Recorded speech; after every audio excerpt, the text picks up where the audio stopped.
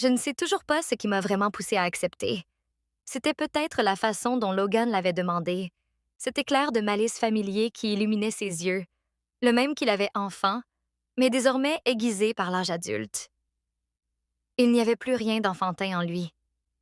Ou peut-être était-ce mon rythme cardiaque, qui s'accélérait à l'idée de faire quelque chose d'impulsif, quelque chose qui n'appartienne qu'à nous.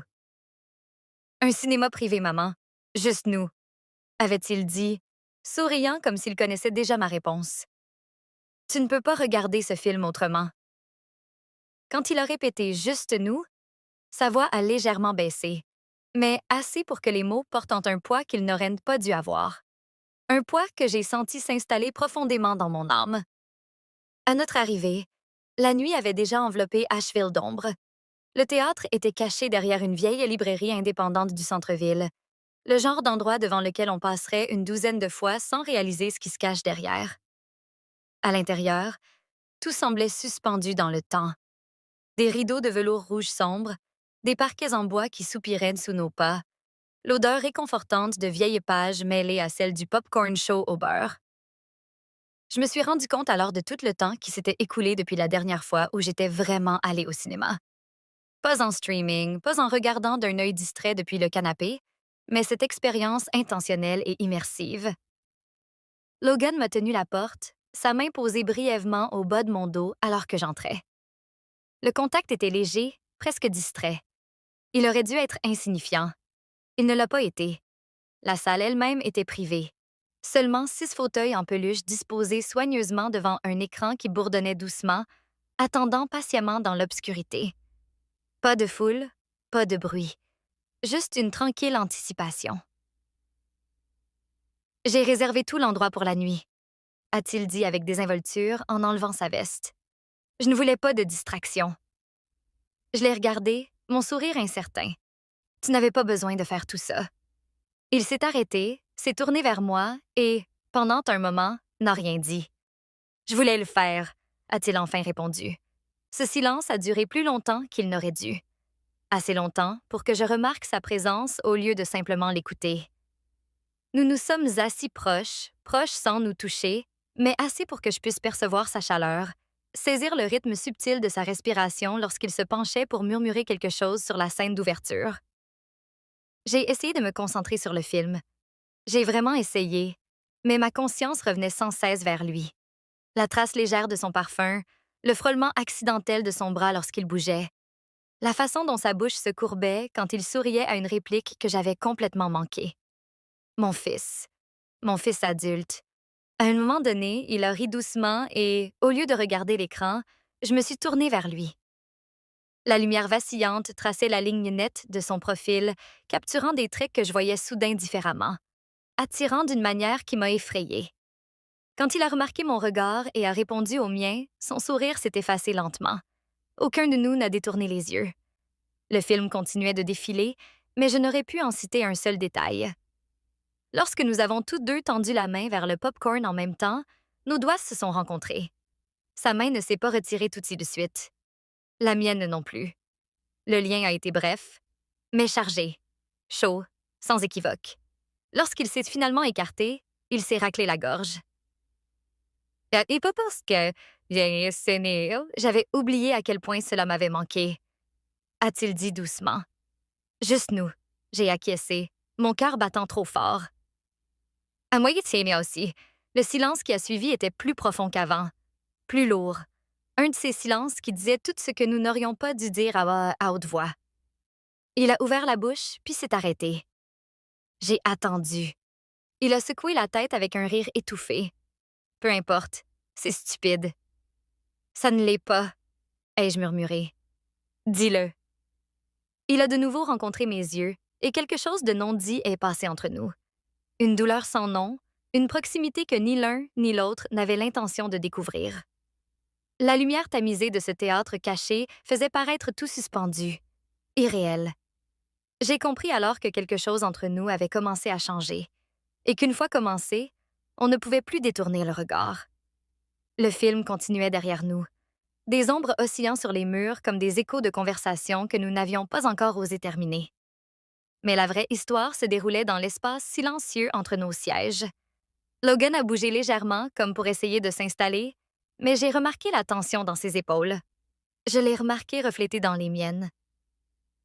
Ce que tu te dis parfois, a-t-il demandé soudainement, d'une voix basse et attentive, que certaines choses sont qualifiées de mauvaises seulement parce que quelqu'un a décidé qu'elles devaient l'être? Je me suis tournée vers lui lentement. Mon pouls s'accélérait, non par peur, mais par la conscience d'être au bord de quelque chose d'irréversible. Lui n'a pas oscillé. Je ne dis pas que quelque chose est mal, a-t-il ajouté rapidement. Juste, qui décide? J'ai ouvert la bouche pour répondre, puis je l'ai refermée. Peut-être n'avais-je pas de réponse, ou peut-être l'avais-je enfoui trop profondément pour l'atteindre jusqu'à présent. L'honnêteté semblait dangereuse. Le silence semblait pire. J'ai regardé à nouveau l'écran, feignant de regarder, mais tout avait changé.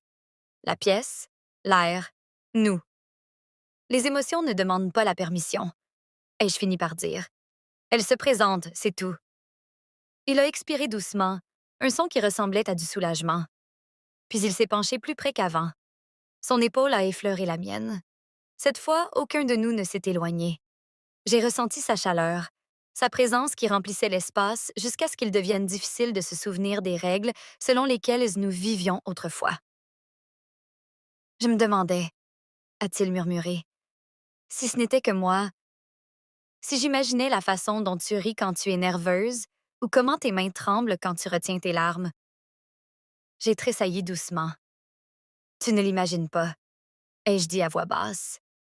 Il m'a regardé à nouveau, son regard fixe. Je te vois, maman, tout entière. Et je n'ai jamais su comment arrêter de le voir. L'air entre nous n'était plus innocent, plus sûr. Il vibrait d'une certitude calme et dangereuse que quelque chose d'interdit avait commencé à sembler inévitable. Une scène du film est passée à une embrassade. À l'écran, deux personnes s'entrechoquaient dans un élan de désir, de désespoir. Mais tout ce sur quoi je parvenais à me concentrer était la proximité de sa main avec la mienne. Quelques centimètres d'attente seulement. J'ai tendu la main vers ma boisson, essayant de calmer le tremblement de mon poignet. Mais même ce mouvement semblait être une trahison de la distance, du déni.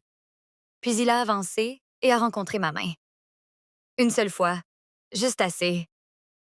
Le poids de ce simple lien a fait fondre quelque chose en moi. Un fil que je tirais en secret depuis des années. Peut-être l'avait-il fait de lui aussi. Je l'ai regardé, je l'ai vraiment regardé, et dans ses yeux, j'ai vu la même douleur que je ressentais depuis si longtemps. Silencieuse, patiente et ne voulant plus être ignorée. Sommes-nous en train de... ai-je murmuré, effrayée par la réponse, mais ayant besoin de demander. De franchir une ligne. Sa voix aussi était un murmure. Ferme, mais brute. Je pense que nous l'avons franchi au moment où nous avons commencé à faire semblant de ne pas nous en soucier. Et à ce moment-là, sous le couvert d'un théâtre oublié, avec seulement le son du projecteur et l'écho de notre respiration, j'ai compris quelque chose. Quoi que nous soyons en train de devenir, cela avait déjà commencé au milieu du film, lors d'une scène tranquille où le protagoniste disait quelque chose comme « J'ai passé toute ma vie à être bon pour tout le monde, sauf pour moi-même. » Il s'est approché. Il n'a pas cherché à me prendre. Pas encore. Mais l'air entre nous s'est tendu. Je pouvais sentir sa chaleur, le frôlement à peine perceptible de son bras lorsqu'il bougeait, et soudain je ne pouvais plus me concentrer sur l'écran. Mes yeux ont glissé sur lui une seule fois, et il me regardait déjà. Dieu, ce regard. C'était le même qu'il m'avait lancé quand j'avais ouvert la porte ce soir-là, portant une robe que je n'avais pas mise depuis une décennie.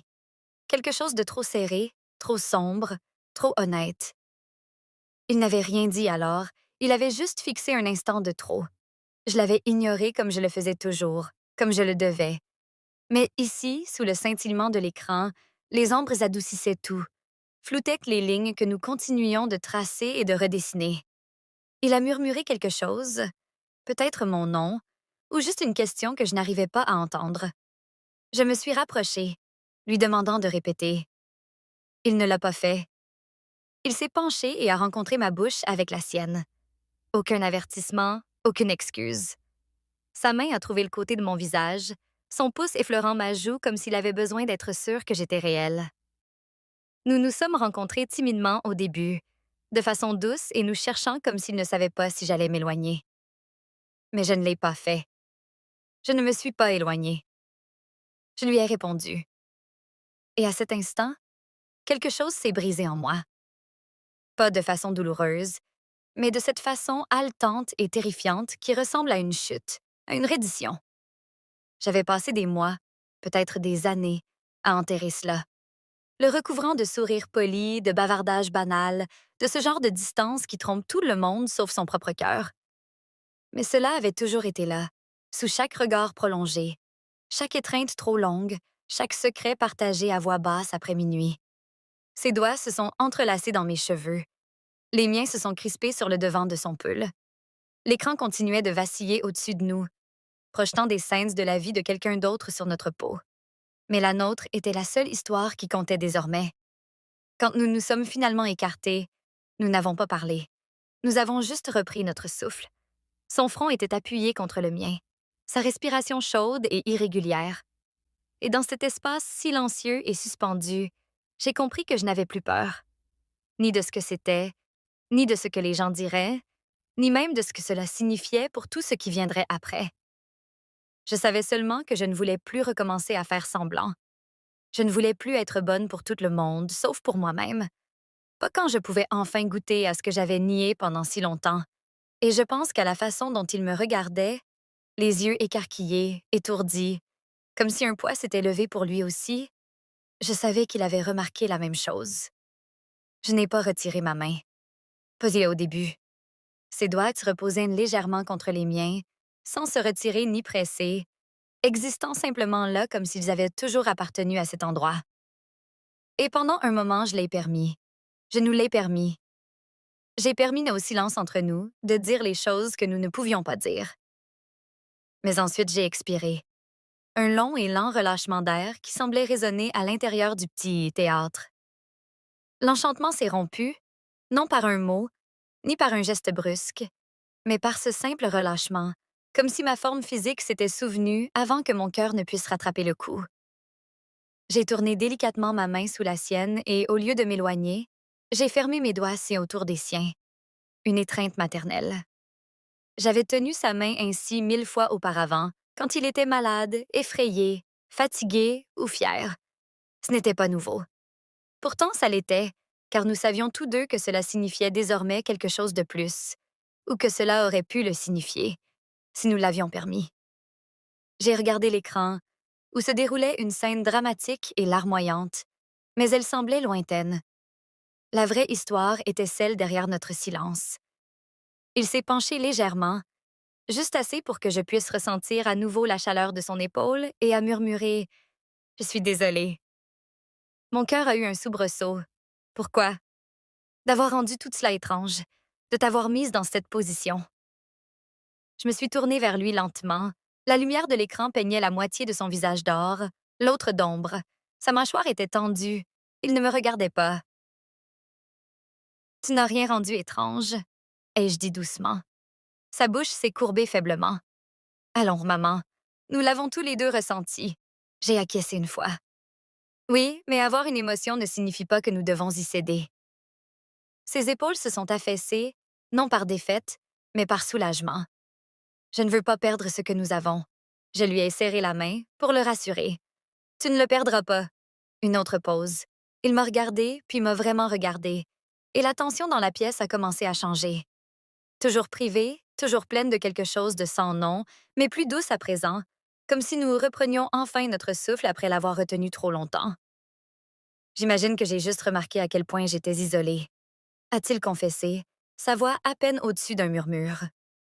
Pas de tout le monde, juste de toi, de nous, de ce que nous avions avant que tout ne change. Quelque chose s'est serré en moi à ces mots. Il avait dit ce que je n'avais pas osé m'avouer. Je le remarque aussi, ai-je répondu, les mots se coinçant dans ma gorge. Comment les choses coulaient entre nous, comment tout était sans effort. Il a fait un signe de tête silencieux, les yeux fixés sur le sol. Peut-être que j'ai confondu ce désir avec autre chose. Peut-être que je le voulais tellement en retour que j'ai commencé à brouiller les lignes. J'ai refoulé le picotement dans mes yeux. Pas de la tristesse. Quelque chose de plus doux. Une sorte de reconnaissance tranquille. « C'est bon », ai-je dit. d'une voix qui n'était qu'un souffle. C'est normal que l'on se manque l'un à l'autre. Aucun de nous ne s'était aperçu que le film était fini. Le générique défilait silencieusement sur l'écran, la lumière projetant des reflets ténus sur les larmes que je refusais de laisser tomber.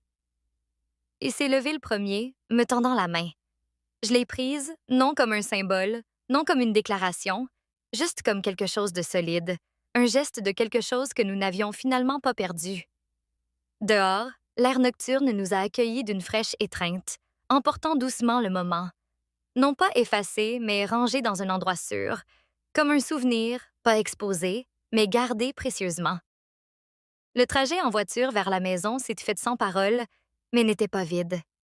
Sa main reposait près de la mienne sur la console centrale, sans s'avancer, sans demander, simplement là. Proche. Et d'une certaine manière, c'était suffisant.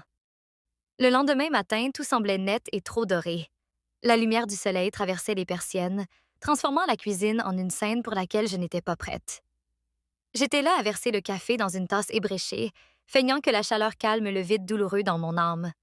Il n'était pas si encore descendu, mais mes pensées étaient pleines de la veille. Le silence qui n'était pas inconfortable, juste plein. Ses regards dans la voiture. Les choses que nous n'avons pas dites parce que les dire auraient défait le fil fragile que nous venions de recommencer à tisser. J'ai fermé les yeux, sirotant mon café. J'aurais dû ressentir une légèreté, mais ce ne fut pas le cas. Je me sentais comme suspendue. Puis j'ai entendu sa voix. « Bonjour ». Elle était basse, encore rauque de sommeil, familière d'une manière qui m'a coupé le souffle. Il était appuyé contre le chambranle de la porte, les cheveux ébouriffés, pieds nus, avec le même T-shirt qu'il portait toujours quand la journée n'exigeait pas de paraître. Pourtant, quelque chose dans la façon dont je le voyais avait changé. Ou peut-être ne pouvais-je plus ignorer ce qui s'était déplacé entre nous. « Le café est frais », ai-je dit avec trop de désinvolture. Il est entré dans la cuisine, me frôlant juste assez pour partager sa chaleur. Il a pris une tasse, a versé lentement. Ma respiration s'est arrêtée, non parce qu'il sous-entendait quelque chose, mais parce que peut-être désormais, tout signifiait davantage. Il a pris une gorgée, puis m'a regardé par-dessus le bord de sa tasse. À propos d'hier soir, a-t-il murmuré, sa voix traversant le silence. Mon âme s'est serrée. C'était bien, a-t-il dit après une pause. J'ai expiré lentement, sans me rendre compte que j'avais retenu mon souffle. Oui, ai-je dit. C'était vraiment bien. Il s'est appuyé à côté de moi, son épaule à quelques centimètres de la mienne. Je n'ai pas beaucoup dormi. Souhaitez-vous que je développe la suite de cette scène matinale ou que j'ajuste le ton de certains passages?